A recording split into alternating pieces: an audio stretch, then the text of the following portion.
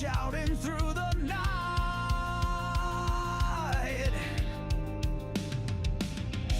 Static hum that shakes the ground, Riff Nation rising loud, profound. Feel the fire, feel the fight. We're the shadows in the night. Crashing waves, we take the stage. Unleash the fury, turn the page. Steel strings scream the truth we bring. Echoed chaos, hearts that sting. Electric veins that feed the roar. Harder, faster, crave for more. Dust and sparks ignite the air. Shattered silence, do we dare? Tidal force, relentless stream. We're the edge, we're the dream. Feel the fire, feel the fight. We're the shadows in the night. Crashing waves, we take the stage. Unleash the fury, turn the page. Riff Nation, hold the line. In the chaos, we align. Through the storm, through the pain, we're the anthem in your veins.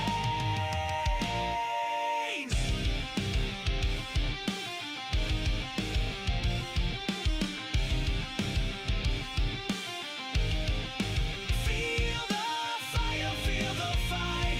We're the shadows in the night. Crashing waves, we take the stage. Unleash the fury, turn the page. Riff Nation, hold the line. In the chaos, we align. Through the storm, through the pain, we're the anthem in your veins.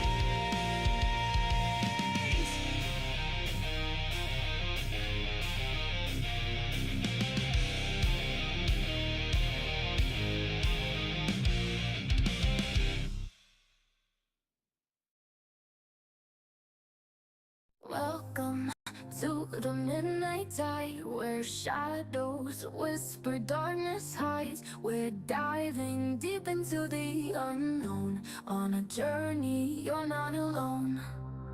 From haunted halls to specters lost, we'll guide you through the eerie frost. With tales that chill and spirits roam, a freaking awesome paranormal show. Ghostly whispers, ancient tomes, mysteries in haunted homes. Brace yourselves, it's time to go. The freaking awesome paranormal show.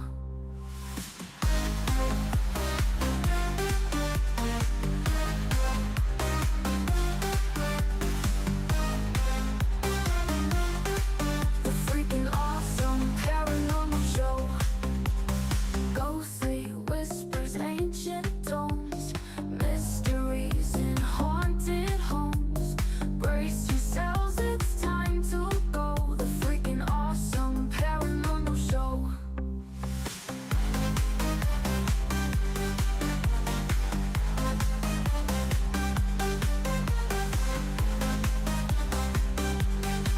The freaking awesome paranormal show. Welcome to the midnight tide, where shadows whisper, darkness hides. We're diving deep into the unknown. On a journey, you're not alone. From haunted halls to specters lost, we'll guide you through the eerie frost. With tales that chill and spirits roam. The freaking awesome paranormal show. Ghostly whispers, ancient tomes, mysteries in haunted homes. Brace yourselves, it's time to go. The freaking awesome paranormal show.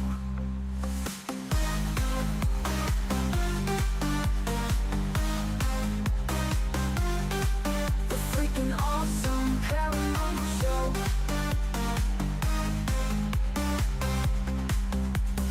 Ghostly whispers, ancient tomes, mysteries in haunted homes. Brace yourselves, it's time to go. The freaking awesome paranormal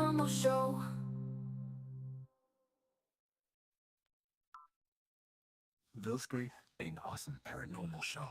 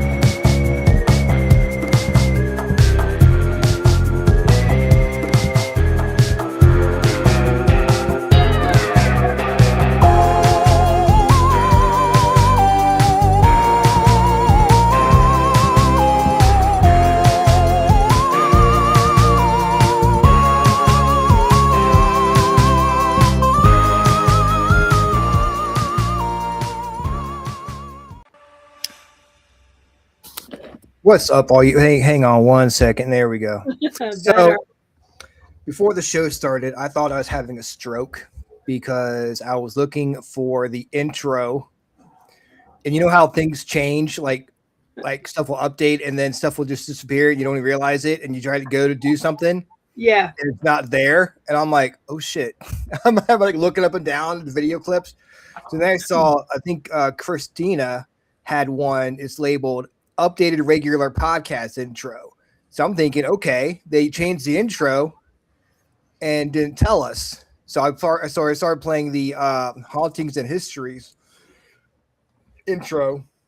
So that's what my little glitch was. But yeah, hello, all you freaks out there. This is Ryan, This is Rhonda. and Rhonda Yeah, had a busy weekend. I did. I went She to the Berg. Gettysburg Battlefield Bash, where there was everything you could ever want paranormal. Was it a Speakers, bash? vendors, it was a bash. They do not lie. It was a bash. I'm gonna make it up there at some point. It really is. It can be done in a day. It can be done in a day. It's not that far. We're like 3 or 4 hours away. It's like 3.5. When RJ gets older, we'll take a trip up there. He would love it. He would love it. Yeah, he's into that kind of. He's into that stuff. Yeah, it was You know, fun. oh, there we go. New network intro coming, guys. So So there be you on the go. lookout for that. Yeah, That's super exciting. that is So exciting. of course, it is National Milk Chocolate Day, which is my favorite kind of chocolate. Honestly, Yeah, me too. I Not gonna lie. can get into dark chocolate if if it's there. I might eat a dark chocolate, but I hate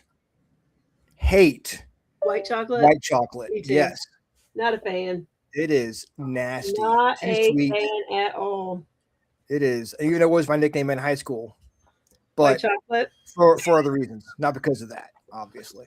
But yeah, I am not a big fan of white chocolate, but I do love a good milk chocolate candy bar, like a Hershey bar or something like that. So Yep.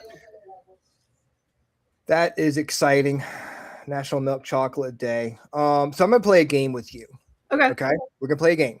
Okay. We're gonna pretend that we're at a party.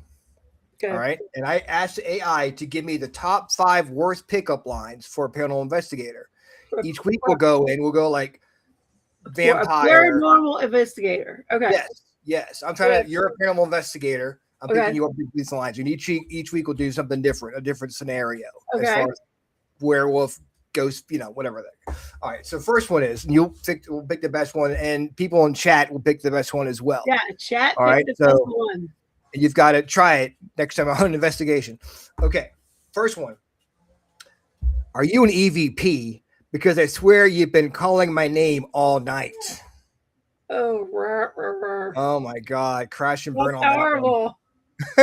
What's up, Wolfpack Paranormal? Paranormal. Welcome. Woo! Popped in to see what's going on. We're trying paranormal pickup lines here. So maybe if you find one that you think works, try it out. Number 2. Hey baby, you must be a haunted location because I can't stop coming back to you. Huh? Oh my No. goodness. All right. I mean, that's better than the first one. That's Yeah, better we're than the making first one. Yeah, progress yeah, here. Yeah. Let's see. Are you my EMF meter? Because every time you're around, my readings go through the roof. That one's horrible. Yeah, that's pretty bad. The first two were better. That one's horrible. Is that an EMF meter in your hand, or are you just excited to investigate with me? Huh? Fitting. I mean, I guess the more you're drinking, maybe they sound better. And number 5 of the worst pickup lines AI could come up with. This is ChatGPT. All right. You can investigate my haunted house anytime. Just don't be surprised if things start moving. Yeah. Yes, Wolfpack. It's the Like, can you investigate You investigate my pants Now anytime. stalkerish. So I guess ChatGPT has got some out Um, stalkerish. Yeah, well, you know, I mean, you know, ChatGPT, the worst do? pickup. I asked for dirty pickup lines. Hey, it might work between AI investigators. I don't know. Yeah, there you go. Yeah, maybe I'll set something up for like some robots together. Right. Take out with maybe. Yeah, I mean, I'm just reading exactly what ChatGPT wrote, but you know, We'll have to. like I said they won't do dirty pickup lines. They can't do it. That's gonna make it more That's fun. true. But That's true. They've got to be clean. Hey, hey, Lois, Lois, Kevin, of course, I was Cal. gonna. And I Renee was gonna Cody put shared us out. Thank you. Oh, Sharon Metter, you're there. Thank good to see you. Kevin's here. Lois is here. Wolfpack is here. I was gonna do an AI picture of my dad in the Civil War uniform, you know. Uh-huh. And I was gonna ask for a battle scene, and they wouldn't do it because they thought it would be well, he said it'll be like bullying and stuff. Yeah. So then they were like, if you want to put a battle like scene, put that. So okay, put a battle like scene. And I did it, and they have all the Civil War like Confederate flags in the background that they wanted done before. All I had to do is say a battle like scene, and they put everything in there. So Interesting. yeah, I don't know how it works. Yeah, it's really strange with AI to try to figure out what prompts to use. You've really got to Yeah, you really got to be like with AI, the prompts kind of direct whatever you're wanting to come up. We've got Michelle Wilfong in the TikTok chat over Hey, here. Michelle. What's up, Michelle? Rosetta. Rosetta White's in the house. Woo! Now it's a party.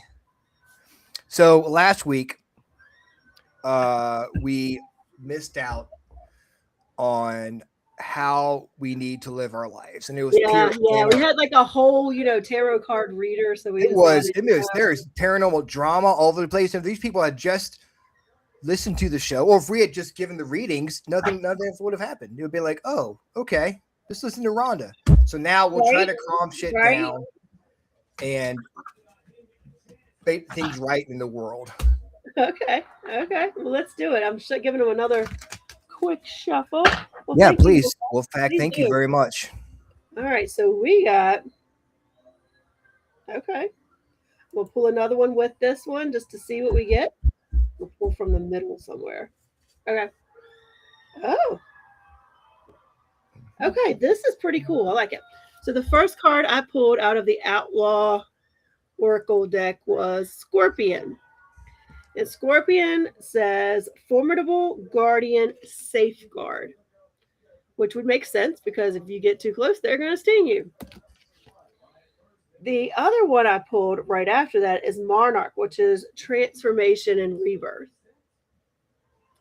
And what I think this is the message for us this week is that when you're trying to make changes in your life within yourself, and you're trying to maybe go on a different path, or even just trying to figure out what path you need to go on next, sometimes it's very important to guard yourself and set up boundaries around people so that you can have that peace to do what you need to do to get to the next level, or figure out your next direction, or figure out what you want to do next. Because our friends mean well, and I say that as friends mean well, but they're very quick sometimes because they know us to try to tell us what to do, or why what we're doing isn't going to work, or whatever that. And sometimes you don't need that naysayer energy around you when you're trying to make some changes in your life and do something a little bit different, or even pursue something new. So I think this is a reminder that when you're really working to make change, you're going to have to set boundaries. And then sometimes, I don't want to say isolate yourself, but remove yourself from situations, or work in quiet to kind of safeguard those things that you're trying to do until you can get them into fruition. Yeah, it's tough when you want people's opinions on things, but you shouldn't let their opinions Right. change your opinion. Right. Sometimes you got to go into like that cocoon, and kind of stay to yourself a little bit to get things done and get what you need to do and guard that really closely. Because some of the best laid plans are done in silence. Like that, too many. Sometimes it can be too many distractions to keep you Yes. Yes. from what you need to get accomplished. Well, that fits lately. Well, glad that fits. There we go. Awesome. Here we go. Good. All right, Wolfpack. Transformation is my life theme. Yes, it is, Rosetta. You got this. Yep. Remember you how do, strong Rosetta. you are. You're a badass bitch. Yep. That also fits when changes. Yep, that's true. Yeah. Definitely true. And guys, if you enjoy tarot card readings and you're bored Thursday night, you can come back here on TikTok because we have Dana Marie Volmer joining us to give free. We're charging you free. $0. One more time. Free. Free. So you can send us the deposit. Send us $0.00 for the free. We'll hold that money for you. That $0.00. We're gonna throw tarot card readings at you like it's no thing. Right. So that's this Thursday, 9:00 p.m. Eastern time. But last Thursday we had a pretty awesome show. Yeah, we had a fun guest. We had Brian from Ghost Rider House joining us on the show, and guess what? We brought him back. You know what? We're going to bring you back on the show so you can meet the rest of our friends. Yes, you can meet the Tuesday night crew here on the Freakin Awesome Paranormal. So let's bring in Brian Bateman from Ghost Rider House. Welcome back, brother. All right, can you hear me? Yes. Can you hear me? Okay. Yes, I can hear you. Everything's perfect. How you doing tonight? Yeah, that's a lovely kitchen. Thank you. Thank you. You can thank my wife, actually. Don't thank me. Good job to her. You did great. So tell us about your wife. She's the one who wrote the book, right? No, everyone always thinks Jennifer is my wife. No, my wife's name is Karen. The author is Jennifer Brasington-Crowley. So we collaborate on the books together. But yeah, not my wife yet. She could be my future wife. Stay tuned. Oh, I mean, you could be a sister wife, I guess. Maybe. Breaking news, guys. Just don't tell my wife, right? Yeah, it'll be our secret. Okay, cool. I won't say anything. It's amongst friends, guys. So how did you get hooked up with the house, and how did you get into writing stories about it? I'll tell you what. For the group here, tell them where you're located and where the house is located. Yeah, I was gonna say, if you guys want, I can just do basically kind of a condensed version of the actual ghost tour that I do. And I'll keep it kind of like awesome. So yeah, it will tell you a lot more, and then you'll understand everything. So I'll be talking for quite some time as I'm walking you through the house, showing you where people passed away and things of that nature, and where we've had experiences. So I think that's the best way to do it. And then at the end, just if you guys have questions, I'll sit down and rest my back, and then we can just talk out, whatever you want to talk about. So my name is Brian Bateman. This is my 1911 craftsman style bungalow in Fort Worth, Texas. My wife and I are empty nesters, so this was it better be the forever home. We're 54, so we're on the back nine, and always loved older homes. Never thought we'd own one, but this one kind of came into our lives.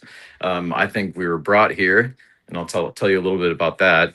But originally, this house was a boarding house. So in 1911, the rooms were for rent. There was a servant of the home. His name was Frank Wise, who lived in the carriage house in 1911. And so he would serve breakfast and, basically take care of all the house stuff for the landlady here. And so it has quite the interesting history with all the just different people that have rented rooms in this house over the years. And then in 1957, when the Monroes moved in, they just kind of They never really converted it as a single family because it still had the door leading to the outside in our bedroom, and it was still configured as that boarding house. But in 2023, when the home was renovated, he did a few changes, but they make a lot of sense, and it kind of really makes it feel more like a single family with just some quirky boarding house remnants, I guess you could say. So the house is 1,633 square feet. We have an unfinished attic, and we're on a crawl space. So we moved in to this house. Our first night was February 4th, 2023. And I'll never forget because my dog who's walking around, he's a 10-year-old piebald dachshund named Miles. When I brought him into this room, like this was the nicest room to rent. This was the most expensive room. It did have a closet. I just found out today my room actually had a closet. I never thought it did. It's amazing what happens when you actually look at a floor plan. I was sitting in a folder for 2 years that I never really looked at. It's just so I'm still discovering stuff every now and then, and when I discover it, I'll tell you about it. So, but the floor plan I put on my page, my TikTok page, you can look at it. But my dog came into this bedroom, and was when he went into that closet, he started whimpering and then walked out of the room, and he wouldn't come back in this room for about a year and a half. I mean, this house has been investigated now, I think 6 times, and they talk about this part of the home being a portal. And on the other side of this wall is where a husband and wife passed away years apart, and I'll talk about them in just a minute. So that was the first thing with the dog, and they talk about animal behaviors, and I've never had that. I never witnessed that over my life, and I've had a ton of pets until moving into this house. So there's definitely something to that for sure. Because my other dogs had an experience, my cats have had experiences. You can just tell when something's kind of weird in this house. But so my dog, then that night, we normally would put a little dog bed for him on the side, and our other dog had a dog bed. And our other dog was like 15, blind basically, and deaf, and he just slept. He wasn't bothered. But my other dog, Miles, would not sleep in this bedroom. He would go out every night, even if he had the door shut, he'd scratch to get out, and he'd go into the front part of the house. And we were a little freaked out at first, but we found out, I think, the answer of why he likes it. It's for the reason why I liked this house, and why a lot of people feel the energy out in the front of the house, even if they don't know about the people that passed away here, which again, I'll talk about in a second. So since living here, which has been over 2 years, almost 2.5 years, we've heard whispers. Paranormal investigators have captured whispers. I put those on the page too. Um, they've used that connect thing or whatever to catch the spirit of George right here, standing next to my wife. You can see my wife's figure, and then a little boy figure popped about waist high, and the spirit of George is in this chair. It's a long story. I won't get into the weeds on a lot of the ghost stories, but um, let's see, a voice of a man my wife heard in the bedroom. TVs will turn on, turn off. That only happens in front of my wife for some reason. And again, the animals behaving strangely. So we had the house investigated because we wanted to confirm our feeling that there was nothing here that was going to harm us, because we had nothing bad happen, just kind of surprising stuff, like a dog bowl spinning in the kitchen in front of my wife, and a water bottle that turned upside down on the family room coffee table on Christmas Day in 2024, which is another interesting story. So I started researching the history of the house, because if you don't know the history, how are you going to solve the mystery? And I joined newspapers.com to have access to their archive section, and also ancestry.com, and typed in my address, picked the Fort Worth Star Telegram as the paper I wanted to start researching, and down the rabbit hole I went, and then some. So I found out, I told you this was a boarding house, and in 1911, 5 out of the 6 people living here, it was one family running the whole house, the 3 rooms. And but 5 of the 6 people were from Indiana, not like Texas. Let's see, we had Metamora, Indiana, Daleville, Indiana, and Anderson, Indiana. So the reason the first man that passed away in this room was here from Metamora, Indiana, is because he outlived his wife and kids, and came down with his niece and nephew, Harry and Viola, to they were starting a new life here in Fort Worth. So he had no one else, and he came along for the adventure. But on January 18th, 1914, he passed away. His name was Elisha Morford. He was 78 years old. He passed away of dropsy. It says on the death certificate, which is like just a heart thing, heart failure, basically. But the interesting thing about him is he was in the Indiana 68th Regiment, specifically Company C, and he served. I mean, the whole war, and he was captured at the Battle of Mumfordsville. He fought at the Battle of Nashville. He fought at the Battle of Chattanooga, and again outlived his wife and kids, only to pass away in Confederate territory all those years later. Right. But here's where it gets a little crazy because the next person we found who passed away in the house, we think this room, her name was Anna Lubbock Kennedy, and she was a Confederate, but not just any Confederate. So if you recognize the name Lubbock, her father was Thomas Lubbock, who the town Lubbock, Texas is named for. Thomas co-founded Terry's Texas Rangers. They were the 8th Texas Cavalry who fought for the Confederates in the Civil War and ended up battling Mr. Elisha Morford's Indiana 68 at the Battle of Chickamauga, which was the second bloodiest battle in the Civil War next to Gettysburg. This is the room my wife heard the voice of the man say, "Hey." This is the television that will turn on, sometimes turn on and then off, only in front of my wife, but it's only happened like 4 or 5 times in over 2.5 years, basically. So it's not like every day that kind of stuff happens, but when it does, you can definitely feel weird energy in here. Not like that dark, gloomy, but more of an electrical, eerie, I guess you could say. You can feel it for sure. And so the first time the investigators came here, they also captured 2 whispers right here of somebody whispering, "Hey." And I have that on the TikTok page. So that's interesting that there are 3 heys, like somebody's just trying to get your attention. It's not like get out of here. It's, hey or hey. And then they had something called a REM pod, which was going off right here. And then they actually captured a little light shooting out of the bathroom.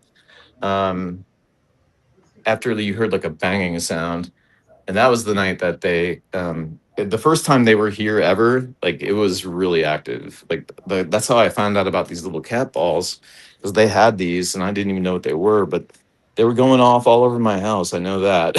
So they kind of got my curiosity, and I've been using them for these lives. And if you've been on the lives, it can get quite interesting with these things. All right, so again, my dog wouldn't sleep in this room. I'd sleep in the front of the house. And the next 2 people that pass away basically explain a lot, not just for my dogs, but for myself as well.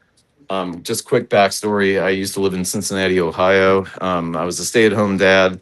My wife got an awesome promotion, so we were able to just have me stay with the kids. And I loved staying at home because I was writing comedy for a radio station in Cincinnati for a guy named Gary Burbank. So it was a little side gig, making some money, watching SpongeBob. Life was good, but Gary retires in 2007, hopefully not due to my writing. But for some reason, I decided to go out and just get this 4-leaf clover tattoo on my wrist. I'm not even Irish, but I figured at that point in my life, I needed luck to get another job like that. I was trying to get something with Bob and Tom. Had a little interest, but nothing solid. And then, so I never wrote comedy again since that happened. But I also wanted to remind myself with that clover tattoo that I was very lucky because I don't have to go back to the 9 to 5, and I can watch. And there were some amazing cartoons for Gen X parents like SpongeBob and Chowder, and man, somebody and my daughter watched all the iCarly shows, and there were a lot of great shows. So it was, but I missed the writing. So, and then when the kids were adults, if you're a stay-at-home parent and the kids grow up and you've done it for so many years, you're like, what the hell do I do now? I'm 54 years old. And well, at that time I was like 50 something, I mean, I've been like lost for several years. Just like, what do I do the rest of my life? I got to do something meaningful, something I enjoy, and not just going to get a job for the sake of getting a job. And, so again, we always love these old houses. My wife brings me to this home, and right when I walk into the door, it felt like being at grandma's house, even though the house was not decorated like this. It was all white. Everything you see here, my wife has decorated over the course of like almost the 2.5 years we've been here. But it still felt that energy. I felt like I felt like I belonged in this place for some reason. And it was like loving and kind and warm and protective even. And I looked at my wife almost immediately and I was like, yeah, this is it. And she was like, yeah, because she really liked it because it's got so many original details still, and we didn't know that the boarding house history and any of that before we moved in. Didn't know it was haunted, And then, moved in. The dog wouldn't sleep in the bedroom. I started researching the history of the house, and that's when I come across the third person who passed in the house, who was a former writer named Harold Monroe, who passed away in this room right here, where we feel that energy, the kind, warm, loving energy right here. He passed away on St. Patrick's Day, 1977, at 11:11 p.m. at the age of 71 of a massive heart attack right here. There used to be a door to the bedroom that they had, the primary bedroom. It was over just a little bit here. So he was sleeping, walked out the door to try to use the telephone in the front of the house and just collapsed right here. And I thought 11:11 was interesting because somebody told me to look at what time he had passed on TikTok, actually. And I did. And it said 11:11. They told me that's some kind of angelic number. And he was a very religious man in life, but also a huge dog lover. Then, about a decade after Harold passed away, a man named Walt moved in. Walt was Martha's new boyfriend, and they lived together for several years until Martha passes away right here on Halloween in 2009 at the age of 90. So, St. Patty's Day, Halloween, Martha being the kind, loving, compassionate woman I learned she was, uh, left the house to Walt, her boyfriend. It didn't go to the kids in 2009, which she has three. So she was very concerned, before she passed, that Walt was going to be able to live here the rest of his life rent free. He only had to pay the taxes, which was kind of a struggle at the end. But, and oh, yeah, Martha also, huge dog lover. So, anyway, she left the house to Walt. Walt then passes away on February 3rd, 2023, in my guest room at the age of 85. Right here is where his hospital bed was. So come on into Walt's room.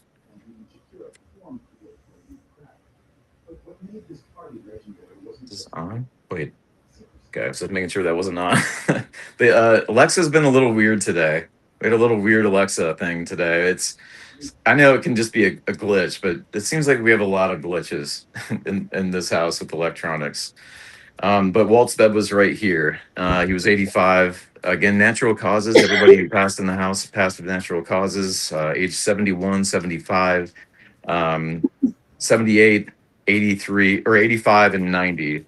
But now we're going to get to the part where the not natural causes come in, and I have to watch my language for TikTok, so I got to use TikTok language if we are broadcasting, I assume.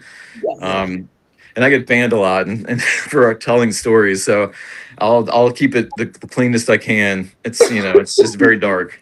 But so next door there was a man, and I just learned something today about Sam. I did not know.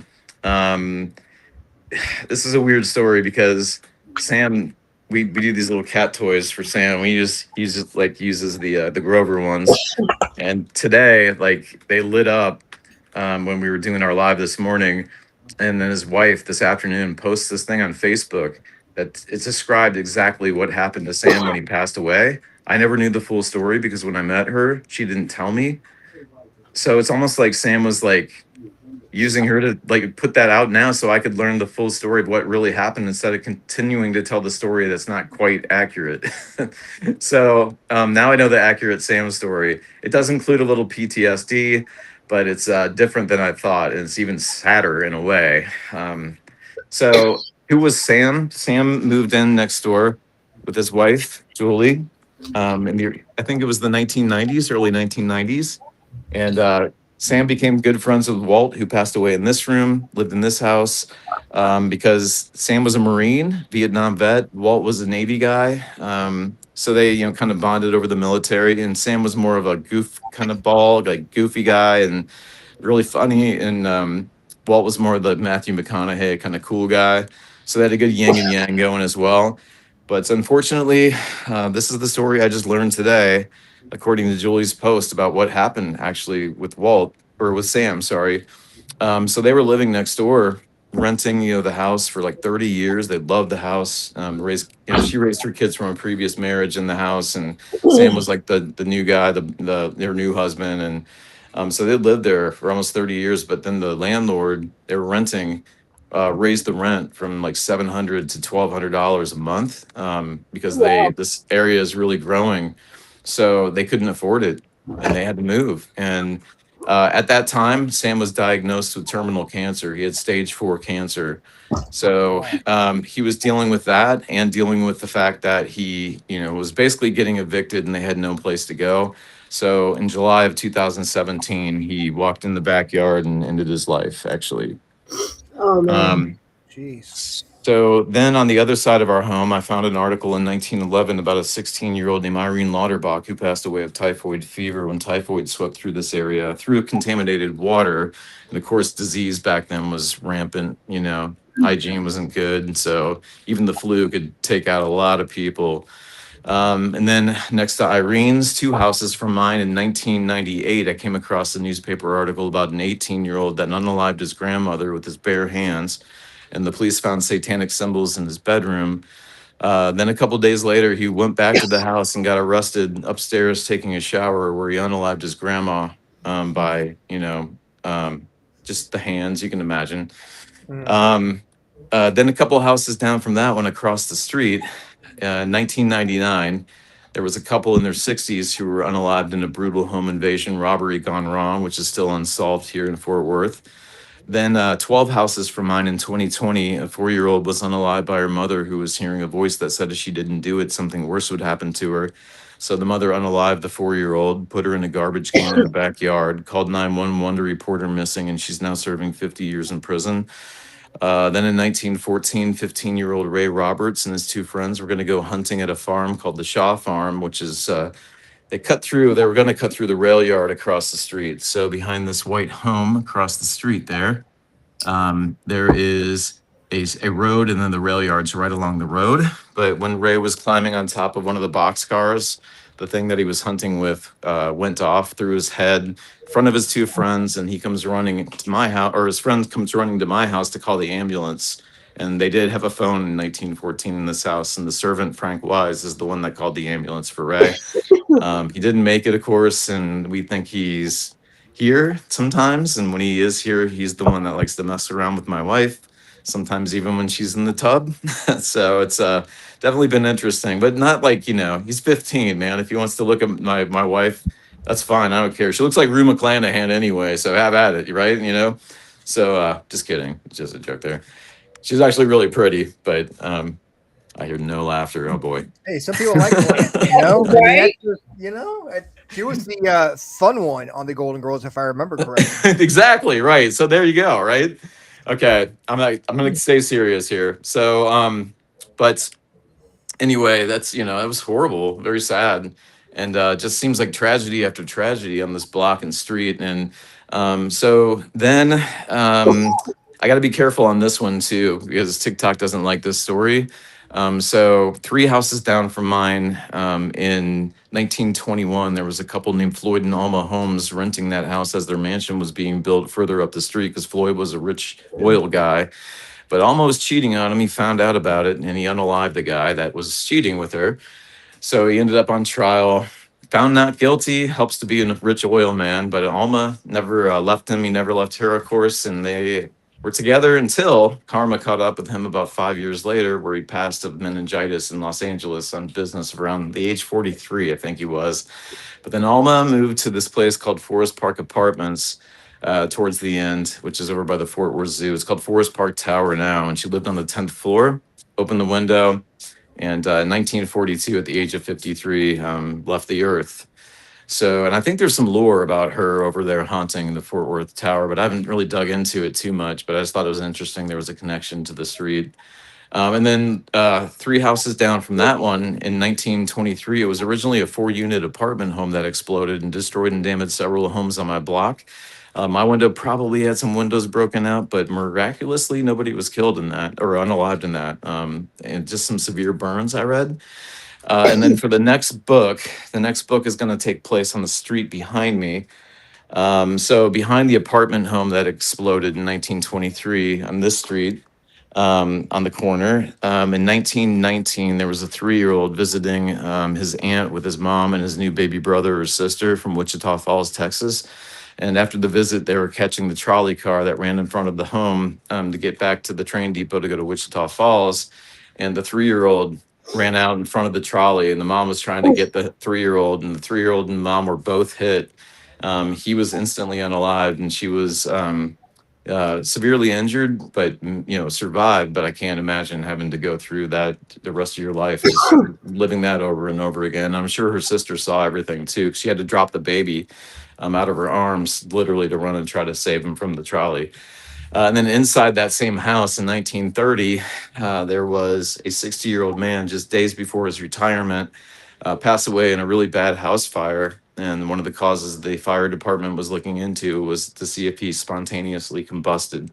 So you can guarantee you somebody in my next book is going to spontaneously combust, Wow. So then there's more and more and more. For the second book, I sometimes tell the stories that are going to be in the second book. It's what we do is we use the real stuff as inspiration and then put it into the book and turn it into like a historical fiction horror novel, like similar to like The Conjuring or The Amityville Horror or The Shining. So although I think our books has more reality in it than any of those books probably combined. So it's just weird too how it just goes street to street, to street. I already have the third book planned out, and that goes on another street. And I literally can go street to street and find stories like this, one after the other. And the land here used to be Comancheria, which is Comanche Indian territory. And when the settlers came in, of course, the Texas Rangers were here to protect the settlers from the Comanche, and they were fighting. And then the Army came in 1849 and established Fort Worth as an Army outpost to protect the settlers from the Comanches. So skirmishes all over the land. And then we're 2 miles from where Hell's Half Acre used to be. And if y'all have heard of Hell's Half Acre, it's like the Wild West on steroids. It was very, very violent, very violent. So that's pretty much oh yeah. And so the first book, I ended up working with Jennifer. Where's the book? About the true hauntings in my home and the true crimes on my street. And then that's kind of the formula, basically. The next book will be about that White House and then the true crimes that I found on that street. And there's some pretty scary stories that are true that I found. So that's it. Wow.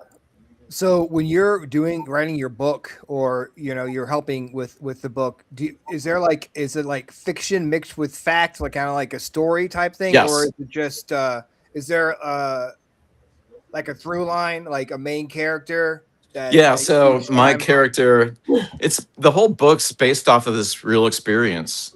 Mhm. And my character in the book is a comedy writer that gets fired. I got, my guy retired. The wife gets a promotion in the book. That's my wife's character. She got a promotion in real life, which enabled me to be a stay-at-home dad, which my character in the book is kind of a stay-at-home dad while he's finding out all this stuff about his house and the dark history. So like a lot of the dates of the actual passings of people in the home we use, like, October 31st, in the book, there's a character I find out who passes on Halloween. And it sounds so like unreal, like, oh yeah, Halloween and St. Patrick's Day. Yeah, That's sure. convenient. Yeah, and the cool thing is it's all documented. I have all of it, so it's a pretty amazing story, and it continues to unfold because it's been a little weird in this house the past few days. So Before we get into that, where can people find your books? So if you want the to rainforest, and Audible. When I say the rainforest, I have to say that for TikTok's sake, but if you know what I mean, the river. Yeah, river. it's hot and humid there, and Yeah, they're boa got you. constrictors and bald guy with a lazy eye and a trophy wife. So yeah, So go check out the river. and I will tell you, yeah. the Audible book. I'm so proud of the Audible book that we did. It's immersive because in real life I read on about a 7th grade level. So I was diagnosed with learning disability when I was a junior in high school, and that's when I realized, okay, this is why I hate school, because I can't comprehend what I read on the page. You and me both, And- brother.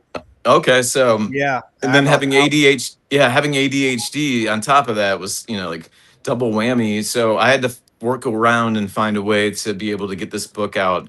And because I could never do it on my own, absolutely not. So without Jen, this wouldn't happen. Without me, Jen wouldn't be writing this. So it's like the perfect collaboration. Even though in real life she hates scary stuff, and it's so funny. I hate reading. She hates scary stuff.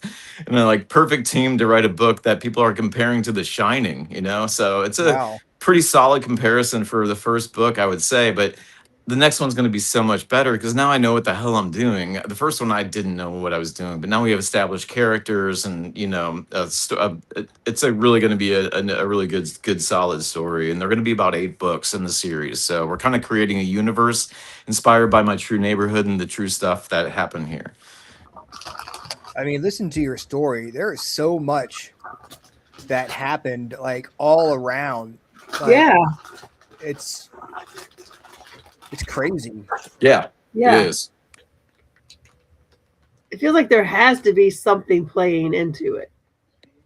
Yeah, that's kind of what we did with the book. The backstory we created was complete fiction, but we actually incorporated some reality. We pulled in Hell's Half Acre, and like this reverend that lived here, and it's it makes sense. And there's actually a true event in the book that also inspired the prologue on the street behind me, ironically, and it was just so good that I had to use it for the prologue with the reverend stuff. But this is the article right here. I put it in the book. It's about a woman that was dragged by the hair along the street. She was like being dragged by the hair behind a buggy, probably like just kind of her feet kind of dragging a little bit. Sorry about that. But so people thought she was unalived, and the guy unalived her, and people were screaming as they were going by, but it just turned out they were hammered drunk. But in the book Ghostwriter, I made the Reverend character unalive Lady of the Night he was seeing in Hell's Half Acre because she was 6 months pregnant and was going to tell his wife and ruin his good name. So that's how the whole curse kind of starts. He's dragging her behind the horse and carriage, and then he starts bashing, into the wheel as she's cursing him and the church and the street and everybody that lives here. So she's kind of I guess you would say the evil, throughout the whole series. It's her curse, and she's the one that's causing all these people to do such dark things by basically possessing them. So, and sometimes you're like, okay, is there something to a curse for real around here? My God. Right. It makes you wonder. It does. It does. But this house doesn't feel like that. This house is like, I like to call it the light in the darkness. You know what I mean? Yeah. It's like people ran here to get help for Ray Roberts. It's the kind, energy in the house. It's like, and it was a boarding house too. So there's so many people that have lived here. Let me show you the book that I made. And we're going to leave this book into as part of the house. Like whoever gets this in the future, they'll have a documentation of everybody that lived in this house or was renting a room. At least what we found with the census information, or tying it with newspaper articles about maybe somebody that was winning a baking contest that was running a room here. I think, what was her name? I have all these documented in here, but Annie Grace Cheney, I think, was her name. So this is our home right here. And then we started in 1914. The house is built in 11, but the papers got back that were only in for 14. But the house is built in 11, and we don't have the census information on who built the house. But we think it was Anna Lubbock Kennedy. It's a long story, but we're just speculating. I'd love to find, who actually built the house. Could have been a man named John or Thomas. God, what's his name? Oh, there's so many different names. I'm sorry, I keep forgetting. But anyway, so we found all this information and we documented it, and we have the names and the occupations.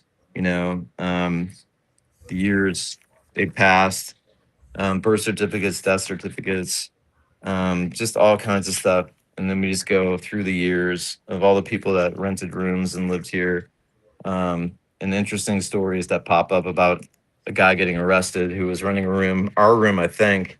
He swindled a guy out of $7,000 in Kansas. He got arrested here in 1920. So there's Anna Lubbock Kennedy's grave in Colorado City, Texas, her death certificate. So anyway, you can see I got kind of really into the weeds. So and then we'll put our information here. So, pictures and things that we did to the house, and so people can learn about us, and then hopefully they'll add theirs, and we'll just keep going and going. So, but we're going to improve the book and laminate everything, get it all really nice over time. It's so cool. 'Cause Everybody did that for their house. we're still Yeah. documenting more. So there's still there's some people I need to add in here now that we found. So yeah, it's so, because I would have loved to have something like that. And you know what I found out? Harold Monroe, the writer, he was actually researching the history of this house his son sent me a picture of the names that he had found. It was a little harder back then because, we have the internet now and it's a little easier, but he got back to 1920 and I got back to 1911. So I feel like I almost kind of finished off some of the research that he was doing, and he was using me to do that, as well as tell his story and then get me back into doing what I love again, which is now writing horror novels as opposed to writing comedy. But this house gave me purpose, it gave me vision, it gave me a clarity that I've never had in my life. And it's absolutely incredible. And I love telling the story. It's amazing how, before you moved in, you had no idea that this house is exactly what you needed in your life, and now it's become a part of you. Yes. But you felt it. You felt that like like when you say that, I was like, that's how you just know something's right.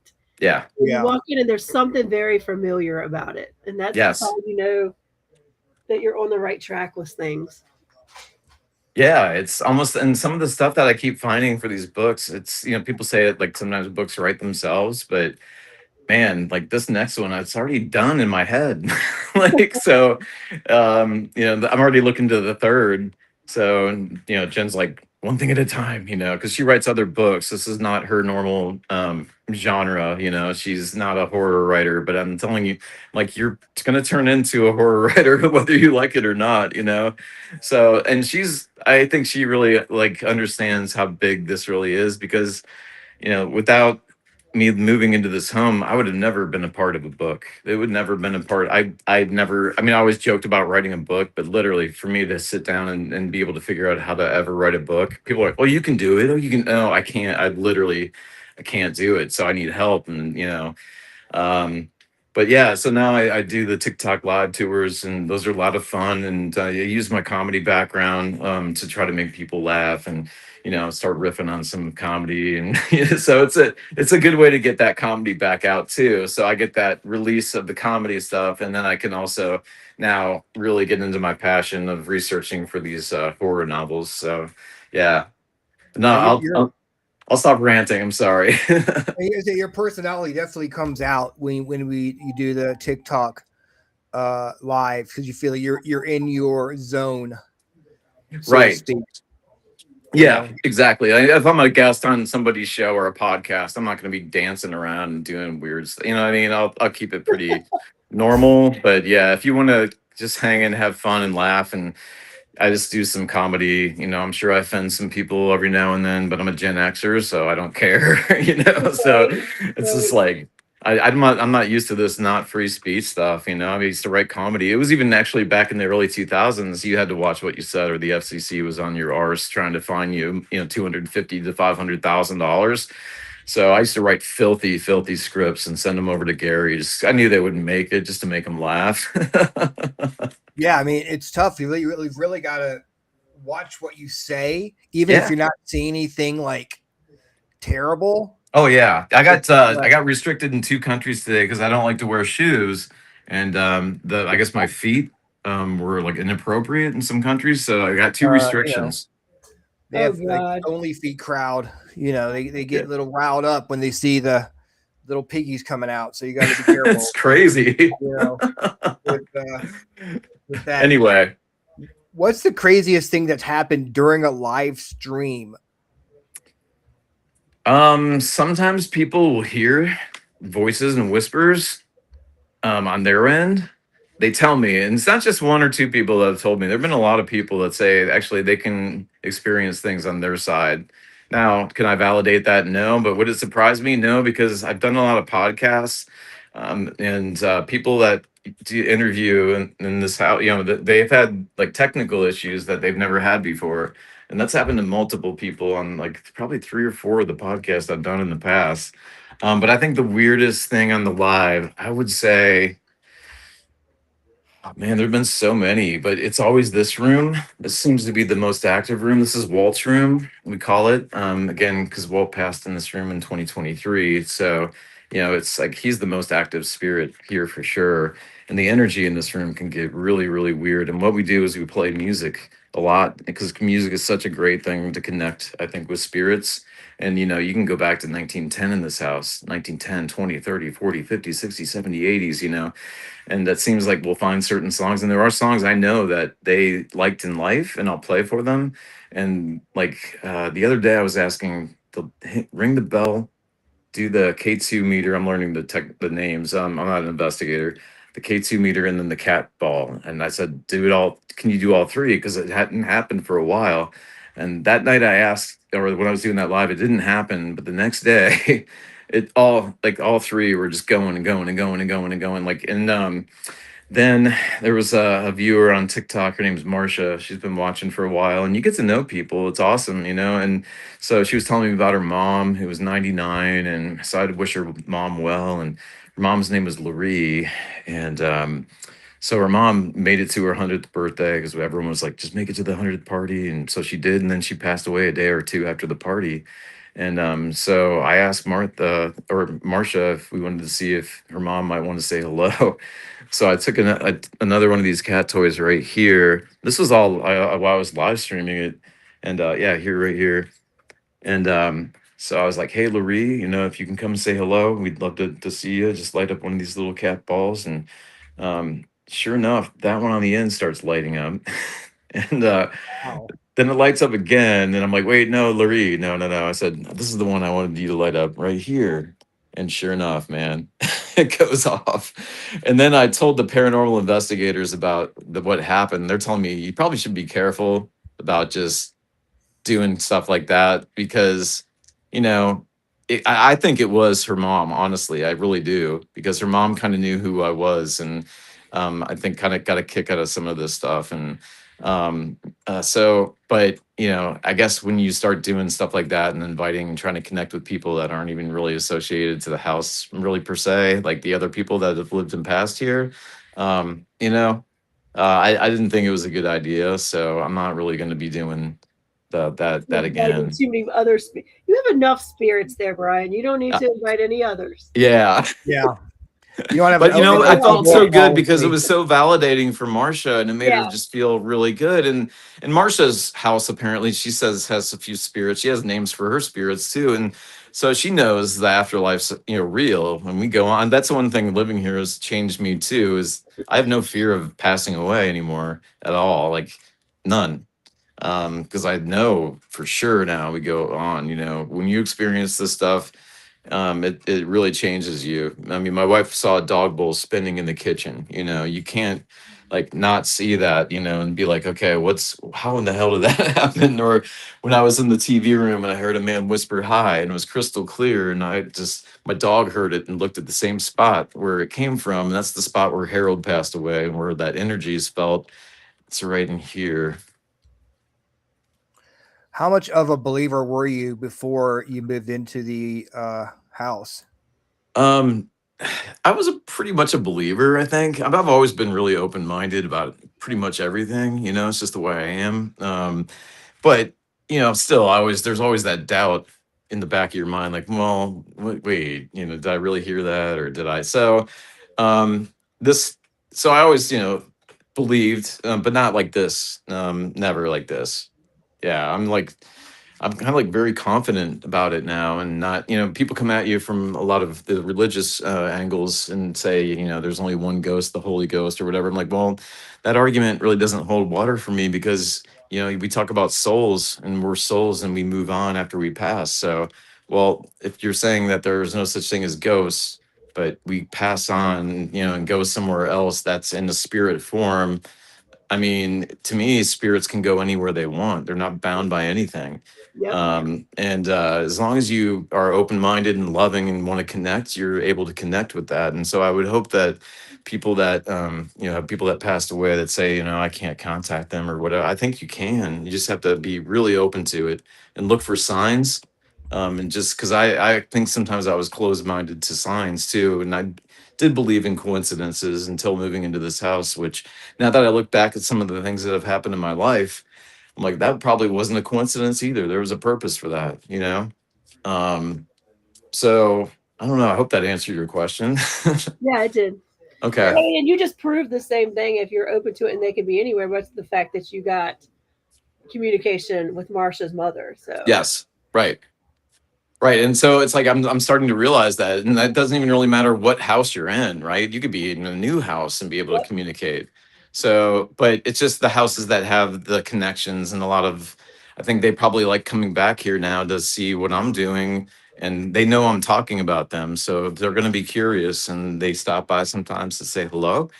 And they're all courteous and we feel like we're just kind of a part of the family now. I don't even feel like I feel like I'm a caretaker for the next, you know what I mean, to kind of keep it preserved and make it better for the next people that end up with this house. And um, but yeah, it's we love it. We never really we don't like to leave. Wow. Wow, that's cool that you have that connection with the house and the spirits, and they make you feel so at home, because there's some Yeah. people, they have haunted how they live in an active location and they just gonna have no peace at all. Yeah, And it could have gone a different way, according, going by the stories that you've told us tonight, that you're really lucky that you ended up here and not in another location on your street even. yes, oh yeah, yeah. Yeah, and I mean, we have a haunted house group on Facebook for this neighborhood, so I'm not the only house, and there's other houses that have negative things happening. So I just got lucky, but I don't know if it's even lucky though, because like I said, I feel like I was brought here. So is that lucky? I don't. I mean, Yeah. maybe that ties into my four-leaf clover tattoo again. But it's funny too. So Harold, was the writer that passed on St. Patty's Day. The narrator I hired for the audiobook has a four-leaf clover tattoo on her shoulder. Walt, who moved in after Harold passed away, was Martha's, Harold's wife's new boyfriend. I looked at his death certificate and it was filed or certified on March 17th, 2023. It's so weird. There's just like this. So in the book Ghostwriter, there's a lot of heavy four-leaf clover stuff, obviously for a purpose. Um, so yeah. Did I tell you about the Lizzie Borden? Did I tell you about the Lizzie Borden stuff? There's a No. Lizzie Borden connection. Holy Yes. crap! All right, yeah, all right. Okay. We're big into Lizzie Borden on this show. All right. So in 1905, when the writer who passed here, Harold Monroe, was born, he was born in New Bedford, Massachusetts, but he grew up in Fall River, Massachusetts, where Lizzie Borden lived. And Harold, when he would live there, he would see Lizzie Borden as an older woman walking down the streets, being taunted by the kids doing the old Lizzie Borden took an axe chant. He was apparently very interested in the Lizzie Borden trial. He talked about it all the time with coworkers that he worked with over the years at different newspapers. His first writing job was for the Fall River News. Then he ended up at the New York Times for 5 years, and he broke the story that DuPont invented nylon in 1939. Then he came to the Denver Post, the San Francisco Chronicle, and ended up here in Fort Worth, living in this home with his wife Martha, who he married in 1952, and then they had 3 children that they raised here at this house. So yeah, he saw Lizzie Borden. Wow, Interesting. that is crazy. Well, I want to thank you again for coming Yeah. on, joining us for another show. This Yes. was a lot of fun, guys. If you want more of the Ghostwriter House, go check out his books on the river in South America, and go check out on Audible. What's the name of your book again? Ghost writer, not writer, writer. Yeah, not the Ghost, yeah, not the Marvel comic. Ghost If Writer. this gets turned into a movie, which we do have a movie script plan for the first one, hopefully coming up soon, but I got to change the name, man. It can't be Ghost Writer because everyone Yeah. thinks it's Ghost Writer. So we'll Yeah, have to yeah, think of a cool name like The Conjuring, or something cool like that. So We will definitely have you back on if this Yeah, gets as you turned release into a more movie. books. Yes, Yes. and awesome. Yeah, we start September to start book 2. So hopefully it will take around 6 months this time. First one took 8 months. So, but yeah, thank you so much for having me on again. And I really would love to come back and tell you even more crazy stories because there are a lot of them. you would love that. Maybe one day we can do a live investigation on the Yes. show. You know Like- what? I always thought like that would be cool. Just just do kind of because paranormal investigators always want to come in here, and my wife's very picky, and I'm kind of picky too, honestly, because you never know. You don't want to bring somebody in that's going to all of a sudden turn this into the Fort Worth Demon House, or something like Yeah, that. yeah, yeah. Right. Right. So basically, but yeah, I was thinking online, like virtual. I think there was a group out of Miami that did that one time, and they were getting stuff on their necrometers, and it was cool actually. So if you all would love to do that, virtual paranormal investigations in the house, I would love it because I'd love to see what you guys come out with. If you find anything relevant that I know about. Yeah, that'd be great. We'll set something up Cool. All in right, the man. Have a future. great night. All right, man. Thank Thank you so you. much. Thank you for Have a watching, good night, everybody. guys. Bye. Bye. Bye. That was fun. I really Yeah. enjoyed that. Yeah, I that would was love cool to do, see, like each room, one room by room. yeah, kind of like what you do with Michelle on Yeah. her with the haunted apartment. Yep. That would be fun. Yeah. Guys, thank you so much for tuning in. This was a different show.